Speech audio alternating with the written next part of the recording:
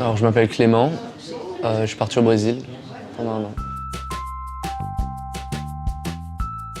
Alors, j'ai choisi le Brésil parce que tout d'abord, je voulais partir en Amérique latine et je ne savais pas trop quoi choisir. Je voulais peut-être partir dans un pays qui parlait espagnol. Et puis au final, je me disais qu'en regardant les pays, j'avais raté le plus gros, même si c'était pas espagnol, le plus gros pays d'Amérique latine, c'est le Brésil. Donc ils parlent portugais là-bas, mais en même temps c'est un avantage parce que le portugais c'est pas aussi courant que l'espagnol ou que l'anglais. Du coup ça me donne un avantage pour plus tard. Puis c'est un pays magnifique. Je suis parti des clichés, je suis parti pour la Coupe du Monde, tout ça, et puis au fur et à mesure que j'ai grandi mon expérience et mes connaissances. Alors bien sûr, les idées que tout le monde a, hein. Je suis parti parce que j'aime bien le foot, alors il y avait la Coupe du Monde là-bas, je me suis dit ça va être stylé. Et voilà, j'imaginais un peu la plage, mais j'avais pas trop d'attente par rapport à ça, parce qu'on nous prépare à pas trop avoir d'attente, même si au fond de soi on a toujours un petit désir. Pas que son expérience elle colle un peu au cliché, mais bon au final on a toujours une expérience enrichissante. J'ai pas tout exploré. On dit que le Brésil, une vie ça suffit pas pour l'explorer entièrement. Et du coup, la vision que j'ai, c'est une vision assez petite. J'ai pas été beaucoup voyager, mais malgré ça, j'ai quand même eu une super expérience. J'ai eu l'expérience du Sud. Maintenant, j'aimerais bien renouveler, partir un peu dans les parties que j'ai pas explorées, le Nord.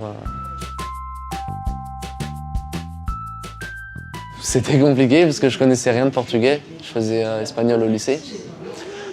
Et du coup, j'essayais de me faire comprendre, je connaissais quelques mots. Et puis ça allait, une fil en aiguille. Mais au début d'un programme d'échange, le début c'est toujours plus difficile parce qu'on doit s'adapter au pays, à la famille et à l'école. Et tout ça en même temps, dès les premières semaines. Du coup c'est compliqué, il faut tout savoir gérer ça. C'est ce qui nous fait grandir. Dans la famille, mon intégration s'est bien passée, même si j'ai changé de famille au bout de 5 mois. Mais au final, j'en ressors grandi.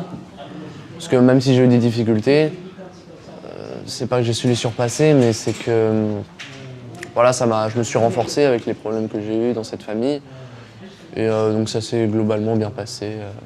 On reste un peu en contact, même si j'ai changé au milieu du parcours. Quand on arrive dans un pays qu'on ne connaît pas la langue, la première famille avec qui on crée des liens vraiment, les vrais liens se créent quand on apprend la langue avec cette famille. Parce qu'il y a toujours le père d'accueil, la mère d'accueil qui se moque un peu de vous, avec votre accent, tout ça, vous ne connaissez pas du tout la langue et ça crée des liens. Ça crée des liens très forts. Là forcément, quand j'ai changé de famille au milieu du chemin, je connaissais déjà la langue, déjà la culture, comment fonctionnait un peu une famille brésilienne.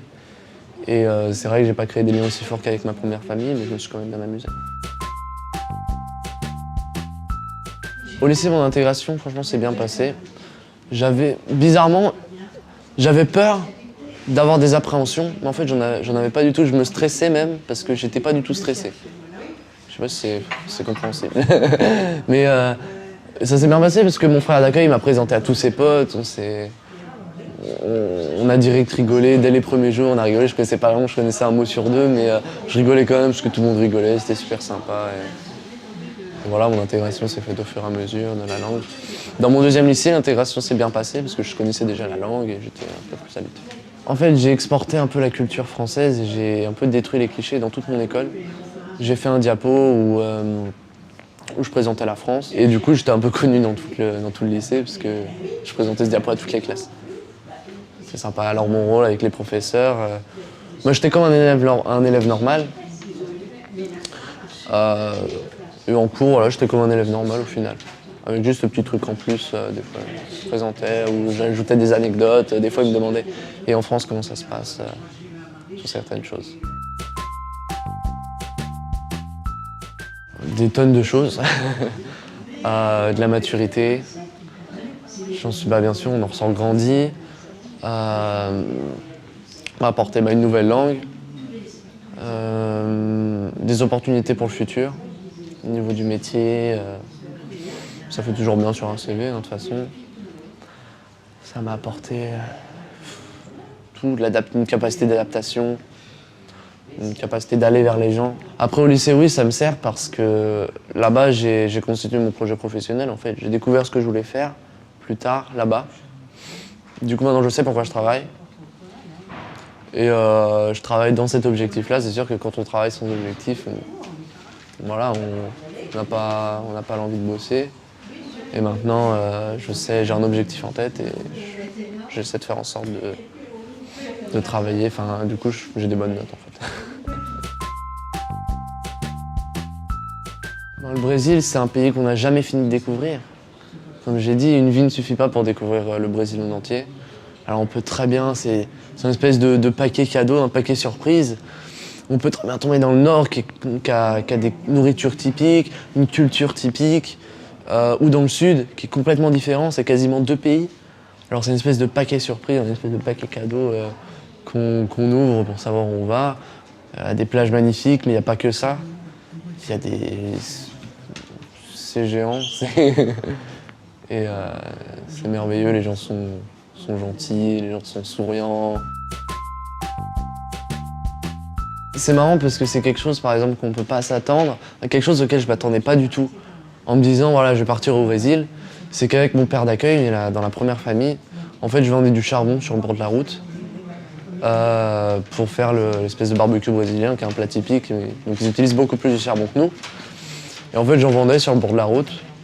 Et c'est une anecdote parce que tous les week-ends, j'en vendais tous les week-ends pour aider mon père d'accueil. C'est une anecdote dans le sens où je ne m'attendais pas en tant qu'étudiant d'échange à être amené à faire ça.